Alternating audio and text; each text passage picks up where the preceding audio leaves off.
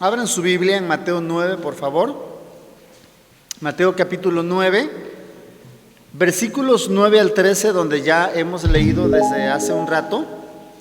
Y quiero pedirles que mantengan su Biblia abierta en esa porción para que la consideremos para el desarrollo de nuestro tema. Como antes hemos dicho, la misión de nosotros como iglesia, nuestro trabajo aquí en la tierra, el trabajo de usted y mi trabajo, principalmente, diríamos, la primera responsabilidad es que nosotros hagamos discípulos. Como también antes lo he dicho, para cumplir con nuestra responsabilidad, necesitamos ver e imitar la manera en la que Cristo lo hizo.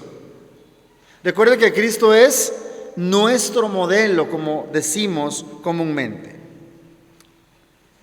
El modelo de ministerio de Cristo, concretamente el modelo de discipulado de Jesús, del que hemos hablado tantas veces, en cuanto a ese modelo, Robert Coleman dice lo siguiente: el modelo de Cristo en el discipulado, lo estoy parafraseando, el modelo de Cristo en el discipulado, ahí ha estado por siglos, dice Robert Coleman. El modelo de Cristo en el discipulado, ahí ha estado por siglos, solo que como iglesia lo hemos ignorado, solo que como iglesia no hemos puesto la suficiente atención. Hoy estamos iniciando una nueva serie de predicaciones para los próximos domingos, serie que he llamado Cristo amigo de pecadores. Cristo amigo de los pecadores. Y nuestro tema para hoy es en la mesa con los pecadores. Voy a hablarles de ese Dios al que estábamos cantándole, el gran yo soy, ese Dios soberano, sublime, hermoso, ese Dios grande y todopoderoso, comiendo con los pecadores. Eso a mí me rebasa. Me rebasa en buena medida. Quizá porque históricamente a muchos cristianos nos enseñaron a vivir resguardados del mundo, ¿no? Y cuando la Biblia habla del mundo se refiere en un sentido a la creación, en otro sentido a los que se oponen a Dios, etc. Pero me parece que una de las cosas que nos ha ocurrido a muchos cristianos es que crecimos y hemos crecido en un cristianismo en donde nos han enseñado o hemos aprendido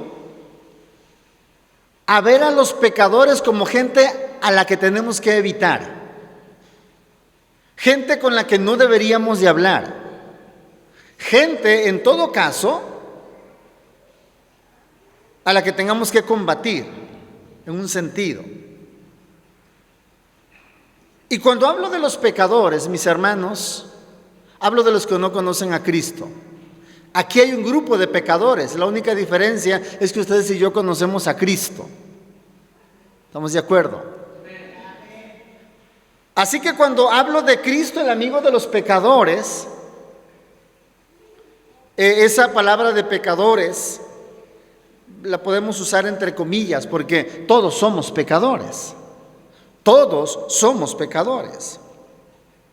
Y quiero hablarles de la estrategia de Cristo para salvar a los pecadores. ¿Cómo le hizo Cristo para salvar a los pecadores? ¿Y cómo le tenemos que hacer nosotros para salvar a los pecadores? Quiero que veamos la manera en la que Jesús, rompiendo todos los esquemas religiosos de aquel tiempo, porque hay que decir que el modelo de Cristo era escandaloso para muchos religiosos de su tiempo. No era un modelo escandaloso para Dios. No era un modelo que ofendiera a Dios, no. Al contrario, era la manera en la que Dios mismo se encarnó en medio de nosotros. Pero para los religiosos, para los fariseos, el modelo de Jesús era aberrante, era herético, era escandaloso, era vergonzoso. Nada que ver con los estándares de la religión de ese momento. Y para ello quiero hablarles precisamente de este pasaje de Mateo 9, versículos 9 al versículo número 13. Y quiero que veamos el pasaje en 4 porciones, mediante las cuales quiero mostrarles, aunque yo sé que es un pasaje que todos hemos leído, y lo hemos leído muchas veces, y hemos escuchado hablar, hemos oído hablar del llamamiento de Mateo, pero ahora vamos a verlo desde el punto de vista de la estrategia de un Jesús que comía con los pecadores. Comía con los pecadores. Cuando usted le invitan a una fiesta a sus familiares, ¿debería de ir un cristiano a una fiesta donde sus familiares lo invitan? ¿Una fiesta donde no haya culto? Sí, mis hermanos, debemos de ir. Y algunos dirán, oiga, pastor, ¿pero no es peligroso? Más peligroso que se pasen 8 horas en el Facebook, ¿no? Oiga, pastor, ¿y no nos vamos a contaminar? No, no se contamina. Oiga, ¿y no nos va a comer el mundo? No se lo va a comer tampoco. Lo primero que quiero que veamos en el versículo 9 es el llamamiento de Mateo.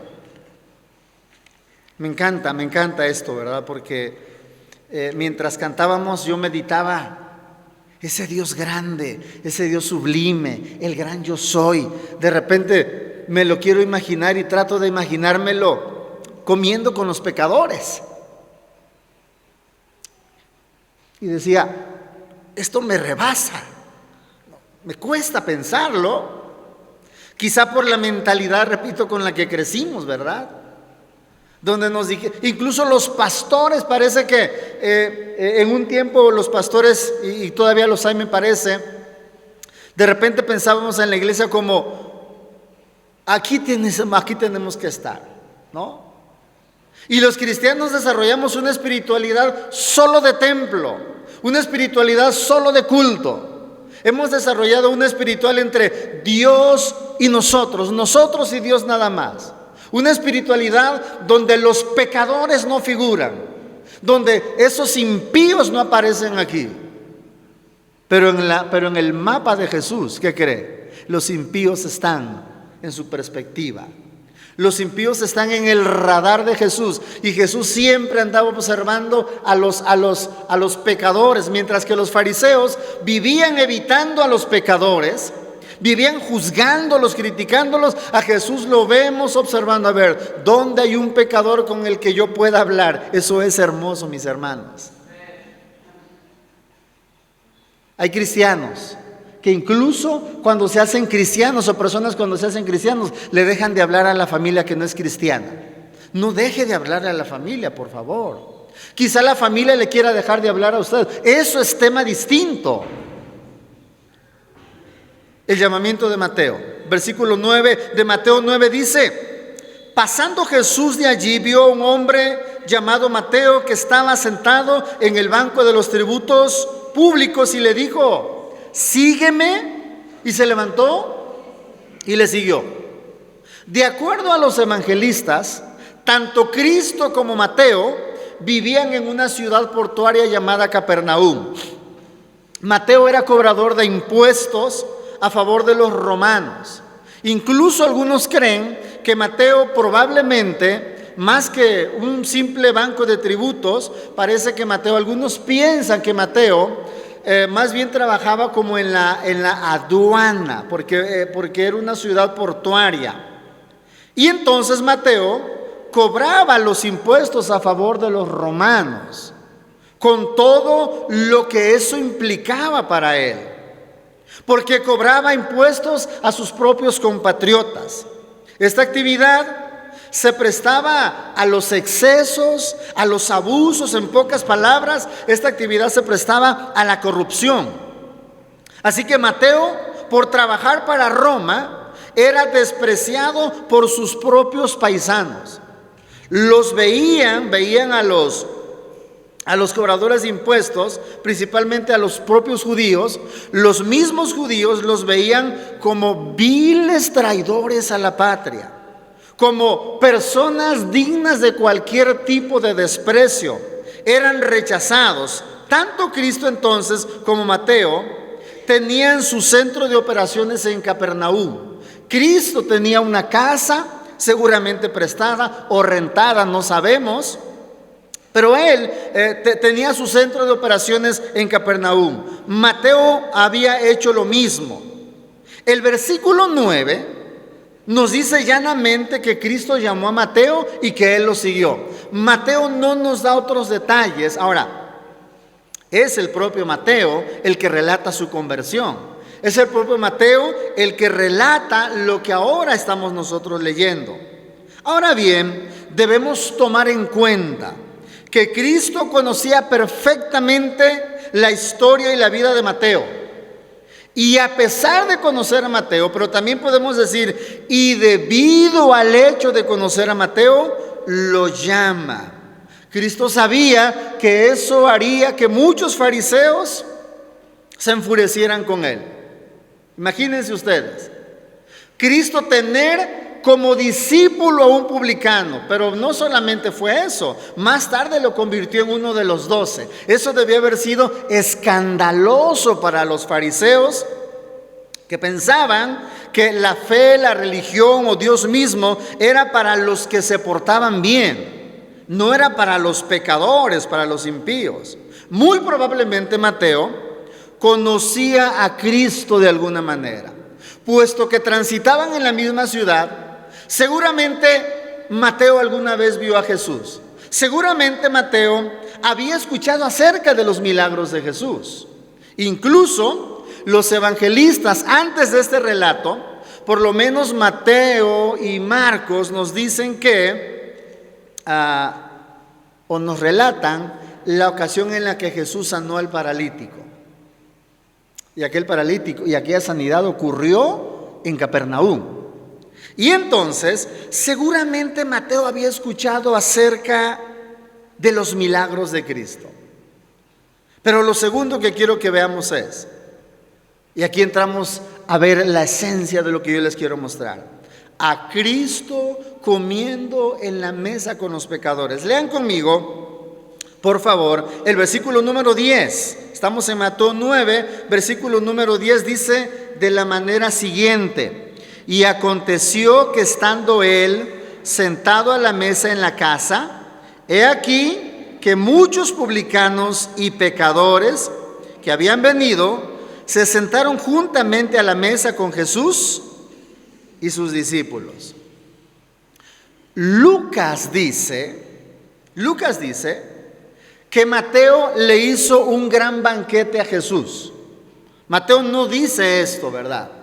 Mateo no quiere como ponerse ninguna estrellita a favor de él, por lo menos no lo vemos aquí. Pero Lucas nos dice que la comida que Mateo organizó fue en honor a Jesús. Cuando yo leía esto y mientras estudiaba, si usted tuviera que hacerle una comida a una persona que no es de su familia, que no es de sus amigos, si tuviera que hacerle comida a una persona en honor a esa persona, ¿qué tendría que ver usted en esa persona para hacerle una comida en su honor? ¿Qué tendríamos que ver? Ahora, a alguien que no es de tu familia, alguien que no es de tus amigos, porque eso es lo que hace Mateo. La pregunta es, ¿qué motivos tuvo Mateo para hacer una comida en honor a Jesús? ¿Qué vio? ¿Qué vio Mateo que los fariseos no lograban ver, porque a los fariseos los vemos siempre acechando a Jesús, ¿no? Siempre acechando a Jesús. Veían que sanaba a alguien, lo sanó en día de reposo, ¿no? Veían que los discípulos recogían algo para comer del campo, es día de reposo, no pueden comer hoy, no pueden recoger espigas. Y siempre estaban detrás de Jesús, criticándolo, juzgándolo. Y entonces podemos ver un contraste, porque Mateo algo ve en Jesús que decide hacerle una comida, hacer una comida en honor a Jesús. Ahora, en ese banquete dice la Escritura, y quiero que vea esto, dice la Escritura que había muchos publicanos y muchos pecadores. O sea, no algunos publicanos, no algunos pecadores. Así que yo no sé quién llegaría primero, si Jesús llegó primero a la fiesta o los pecadores llegaron primero a la fiesta.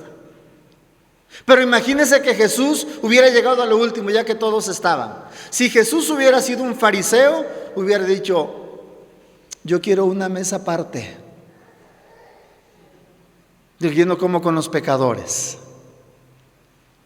Si Jesús hubiera sido un fariseo. Si Jesús hubiera llegado primero y luego los pecadores, cuando el Evangelio habla de los pecadores, se refiere a todos los rechazados por la religión de aquel tiempo, a los vistos como pecadores. Todos somos pecadores, pero ¿a quién podríamos llamar, como en esa misma tonalidad, a quién podríamos llamar los pecadores de este tiempo? ¿A las prostitutas? ¿A los homosexuales? ¿A los políticos?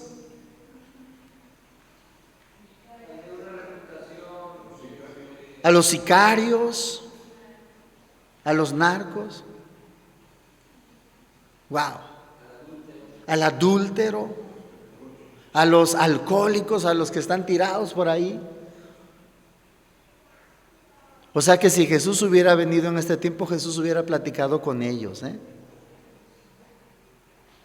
Y los evangélicos brincándose a la otra banqueta para no evitarlos, ¿no? Y criticando. Allá había Jesús platicando con un pecador. Para mí que Jesús también le entra a las copas, Para mí que Jesús anda también en malos caminos. Hubiera sido, las redes sociales hubieran explotado. Porque Jesús viene y rompe con esos esquemas. Entonces están sentados a la mesa. Esos publicanos y pecadores, dice la Escritura, se sentaron juntamente a la mesa con Cristo y sus discípulos. Vean. La mesa como símbolo de compañerismo. La mesa como símbolo de comunión. ¿No es eso lo que significa la mesa? Claro. ¿Se imaginan ustedes a Jesús teniendo compañerismo con los pecadores? Por eso los fariseos explotaban del coraje.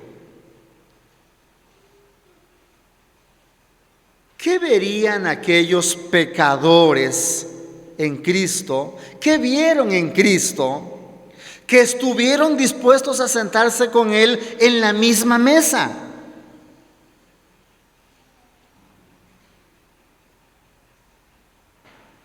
Cuando vamos a una fiesta y la gente se entera de que somos cristianos, muchas veces hasta nos evitan. Nosotros a veces los evitamos a ellos también. Y ellos nos evitan. Y si se enteran que usted es pastor, pues peor. Pero yo me pregunto, ¿qué vieron en Jesús que se le acercaron? Algo veían en Jesús, ¿no es cierto? Juan dice que Cristo era lleno de gracia y de verdad. O sea que vieron la gracia de Jesús. Pero aún yo me pregunto, ¿qué actitud mantenía Cristo hacia los pecadores que Él mismo estuvo dispuesto a compartir la mesa con ellos, porque Cristo no pidió mesa aparte,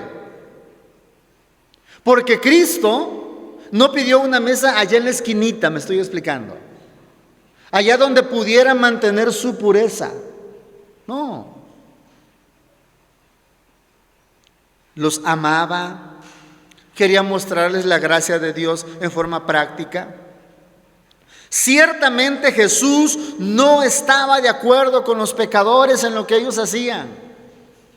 Y eso es importante decirlo. Y lo estaremos viendo en los próximos domingos. Que ser amigo de los pecadores no significa hablar, pensar y actuar como ellos. No. Por favor. Que nadie vaya a pensar, ¿verdad? Pues el pastor dijo que nos podemos tomar unas cervezas. No, sinvergüenza. No dije eso. Dije que puedes hablar con los pecadores. Dije que la manera de Jesús puedes convivir con los pecadores. Quería mostrarles misericordia a los que la religión despreciaba, ¿ok? Aquellos a quienes los religiosos despreciaban, juzgaban, criticaban, rechazaban. A ellos Jesús les quería mostrar la gracia de Dios en una plática. ¿Me estoy explicando?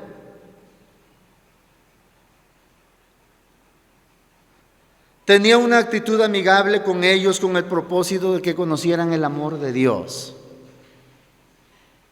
Así que dice Mateo que estaba sentado a la mesa con los pecadores. ¿Se pueden imaginar a Jesús? Y no sabemos si Jesús los conocía, ¿verdad? Y dijo, a ver, tú pecador número 1, pásame la sal, por favor. ¿No? El pecador número 3.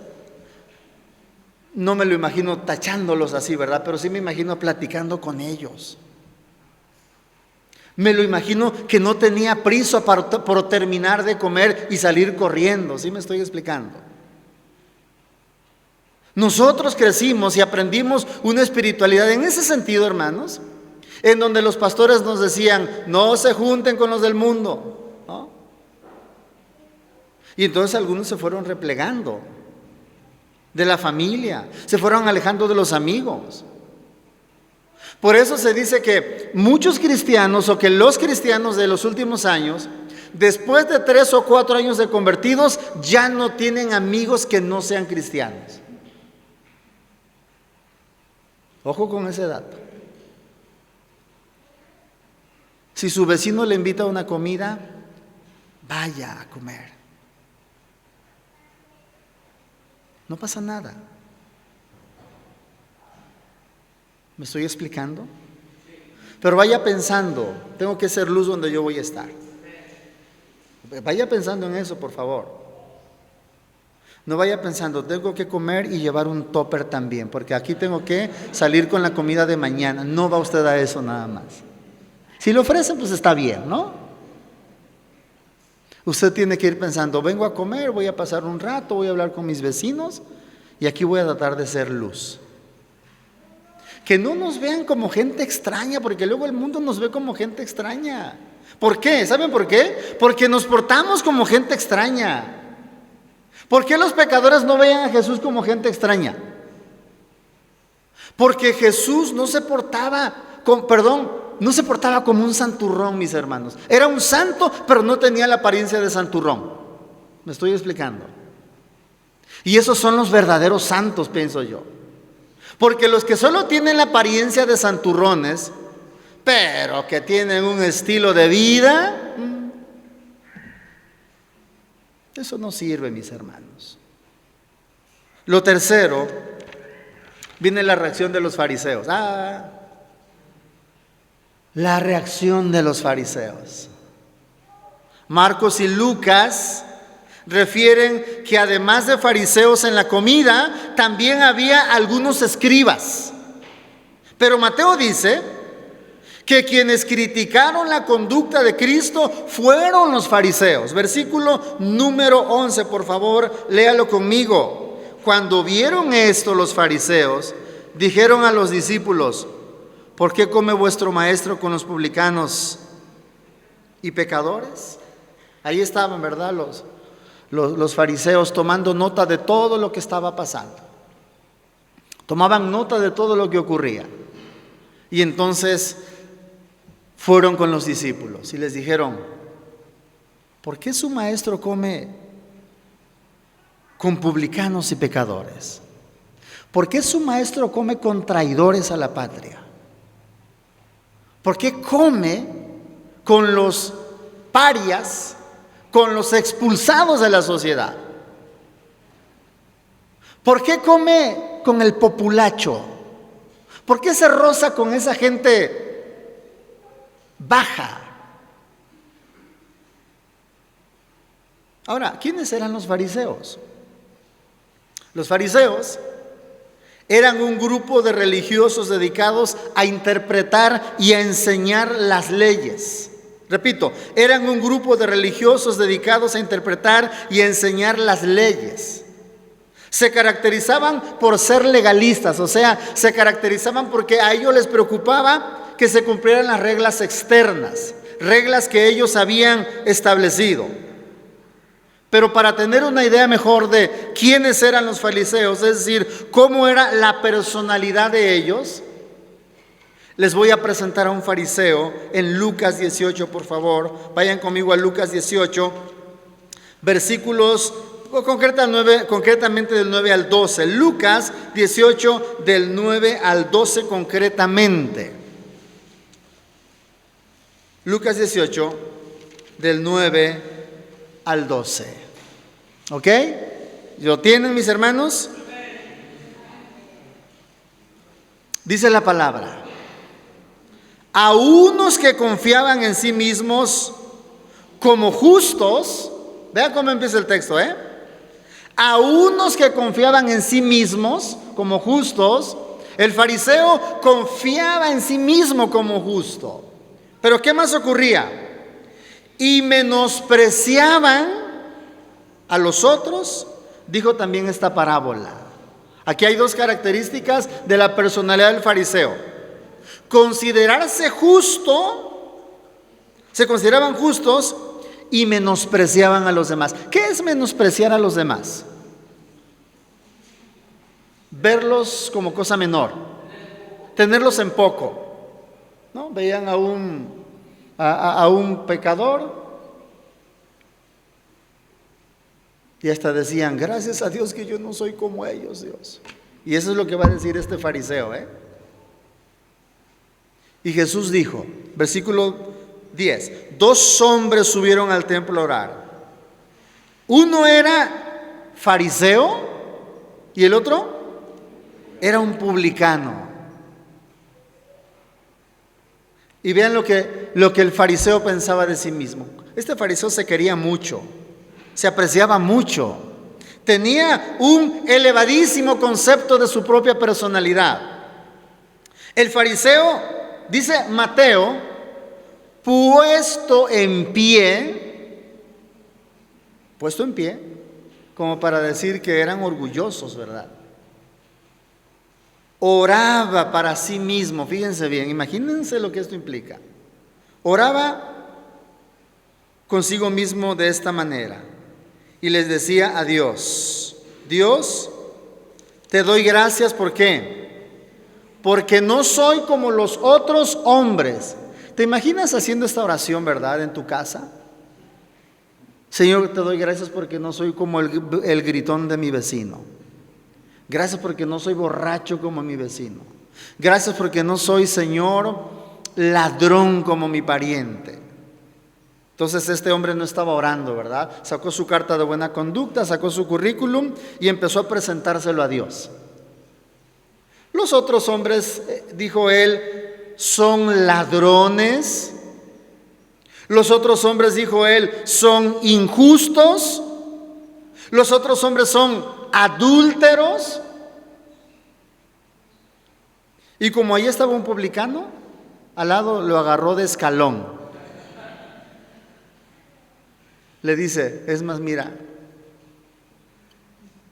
yo no soy como él. Fíjense. Porque el fariseo agarra de escaloncito cualquier cosa que puede para elevarse, ¿sí me explico? Y agarró a este pobre publicano Y le dice, ni aún como este publicano, Señor. Y sigue sacando su currículum y vea lo que hacía. Él dice, ayuno 2 veces a la semana. ¿Usted cuántas veces ayuna? ¿Desayunan? No. ¿Cuántas veces ayunan? Algunos desayunan 3 y 4 veces, eso ya lo sabemos, ¿verdad? Pero ¿cuántas veces ayuna usted a la semana? Si usted no ayuna ninguna, usted es peor que este publicano. No, no es cierto. No es cierto. No es cierto. Pero fíjense lo que este hombre decía, ¿verdad? Ayuno 2 veces a la semana. O sea, el hombre ayunaba 104 veces al año, ¿no? 50, sí, ¿verdad? Sí. Esos matemáticos, ¿verdad? Son 52 semanas por 4, son 100. O sea, es un buen, hermanos, es un buen. Es un buen. Más de 100 veces ayunando a la semana. Al año. Algunos de ustedes hacen un ayuno de 4 horas y se andan muriendo. Se baja la presión, dice el hermano. Ok. Fíjense, él dice, ayuno 2 veces a la semana. ¿Y saben qué más? Doy diezmo de todo lo que gano. O sea, ojo con el dato. No es que sea malo ayunar. Pero la pregunta es, ¿qué le presumes a Dios? ¿Qué le podemos presumir a Dios? No, está bien el ayuno, claro que está bien. Por supuesto que no es malo diezmar, al contrario, debemos de diezmar. Si usted no diezma, lo convoco para que diezme. No, que nadie diga, pues como yo no quiero ser fariseo, entonces yo no voy a diezmar, pastor, porque yo no quiero ser como ese fariseo. No es que sea malo diezmar, el problema es que ellos tenían un concepto tan elevado de sí mismos, ¿verdad? Por eso la parábola dice, a unos que confiaban en sí mismos, dice Lucas, le refiero a esta parábola. ¿Qué más podríamos hablar de los fariseos? Los fariseos tomaban distancia de los pecadores, juzgaban severamente a otras personas, siempre estaban listos para apedrear. Sí los ven, ¿no? Lea los evangelios y si algo hacía el fariseo, yo me imagino que hasta su morralito con piedras traía ya, ¿no? Iban al súper y decían por cualquier cosa, uno nunca sabe. Pero estaban listos para apedrear a los pecadores. Magnificaban los pecados ajenos y minimizaban los propios o no los veían. Se creían superiores a los demás. Y podríamos ver más características de un fariseo. Finalmente, ¿cuál es la respuesta de Cristo, amados hermanos? Volvemos a Mateo capítulo 9. Mateo capítulo 9. Versículos, estamos ya en el versículo, en el 12. Léanlo conmigo, por favor. Mateo 9:12. Al oír esto, Jesús les dijo, los sanos no tienen necesidad de médico, sino los enfermos. Ojo con esta edad. ¿Cuál dijimos hace un rato que es la actitud de Cristo? ¿O era la actitud de Cristo hacia los pecadores? De amor, de gracia, de misericordia. No aprobaba el pecado, por supuesto, de las personas. Pero Jesús, cuando platicaba con una mujer adúltera, cuando platicó con la mujer de Samaria, cuando platicó con Mateo, Jesús no estaba viendo solamente a un pecador frente a él. Ya me estoy explicando. Jesús veía a un ser necesitado de la gracia de Dios. Nosotros tenemos que aprender a ver a la gente de ese modo. Si usted le predica el evangelio a una persona que tiene mala reputación, por favor, quítese los lentes, Esos lentes que solamente le hacen ver a un pecador que merece el infierno, y póngase unos lentes un poquito más amplios en donde diga, sí, este es un pecador, pero Cristo murió por él. Yo tengo que hablarle del evangelio, tiene que conocer la gracia de Dios. No solamente veo a un pecador que merece ir al infierno, sino que veo a un pecador que va camino al infierno, pero que si le predico la palabra, puedo ayudarlo para que conozca a Cristo. La respuesta de Cristo es genial verdaderamente. Responde con prontitud y con sagacidad. Responde de manera contundente. Eso es muy interesante. Y les da 3 respuestas a los que lo cuestionan. La primera es que les dice, los sanos no tienen necesidad de médico, sino los enfermos. Los pecadores los cristianos ya no tienen necesidad de que se arrepientan para salvación. Los pecadores sí. Así que Cristo les dice, los sanos no tienen necesidad de médicos, sino los enfermos. Lo que Él está diciendo, soy el médico que los puede ayudar y yo vengo a donde están los enfermos. Es lo que Cristo está diciendo. Pero luego en el versículo 13 les dice la segunda respuesta.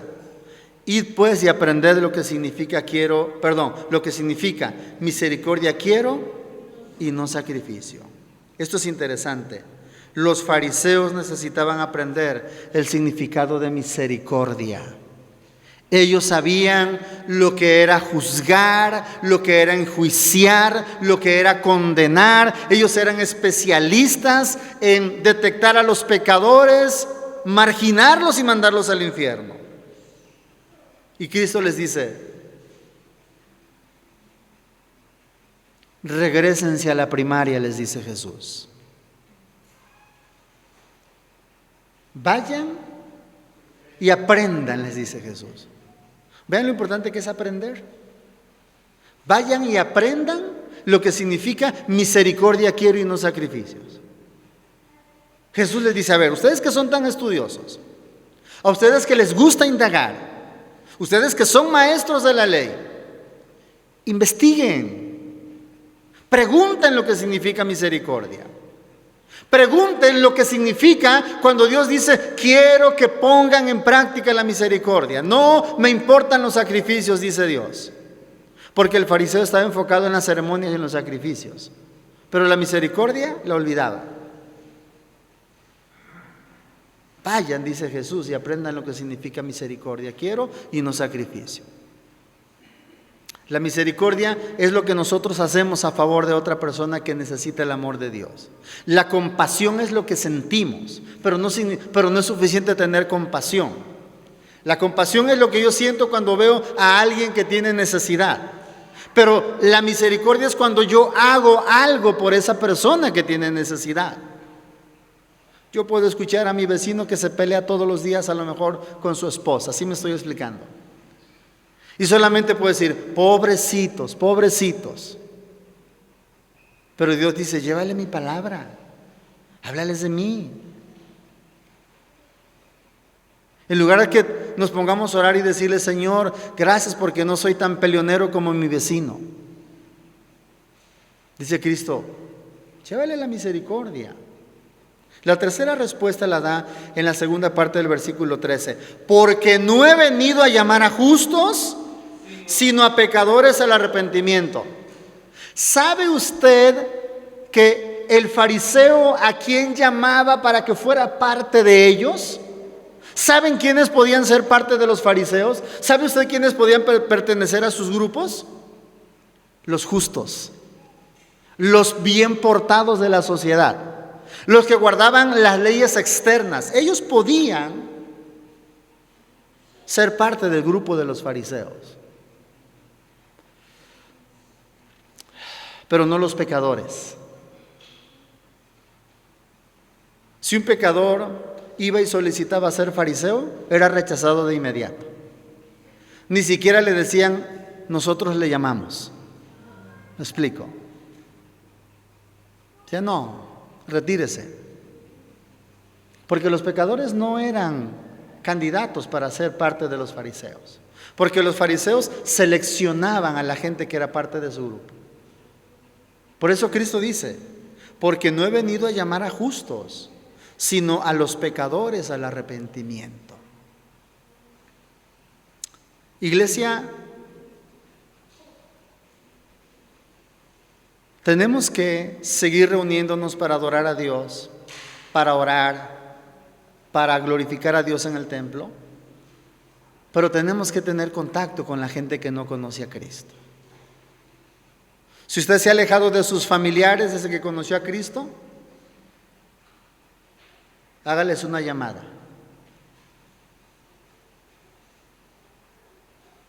Aunque se asusten ellos y digan, ¿qué milagro que me hablas?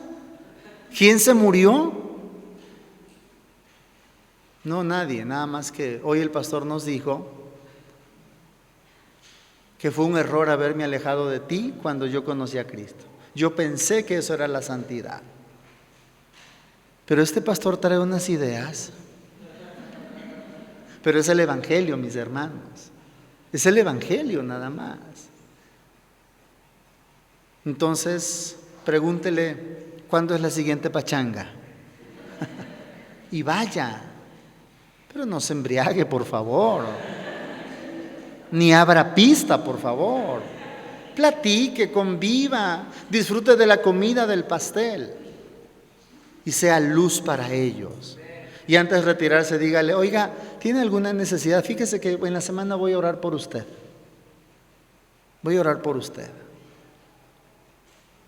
Y retírese. Y le aseguro que va a salir ileso. Le va a salir ileso. Mis hermanos, tenemos que ser como Cristo. Tenemos que ser como Cristo. ¿Amén, iglesia? Amén. Seamos como Cristo. A mí me cuesta a veces. Y de repente mis vecinos nos invitaban a convivios antes de la pandemia. Y a veces íbamos, a veces no siempre podíamos, la verdad. Pero cuando podemos, vamos. Una vez un vecino hizo una taquiza, buenísimos los tacos. Y me dice, vecino Luis, ¿una cervecita? No, vecino, muchas gracias. No le diga, es que estoy enfermo y ahorita no puedo tomar. Diga, no tiene que explicar. Me explico. No, vecino, yo una agüita de horchata, muchas gracias. A la siguiente me dice, usted no, ¿verdad? No. Pero no tenemos que actuar como si fuéramos gente extraña, mis hermanos. Hable con sus vecinos cuando entre, cuando salga de su casa. Salude a sus vecinos. Porque a veces los cristianos entramos de la casa y salimos de la casa y no le hablamos a nadie. Salimos y entramos y pues por eso nos ven como gente extraña. Y cuando les decimos, hermanos, inviten gente para la conferencia para matrimonios, no hay a quién. Pues es que no sé a quién, pastor. A eso me refiero, mis hermanos. Me encanta ver a Jesús comiendo con los pecadores. ¿A usted no? A mí me encanta y me desafía.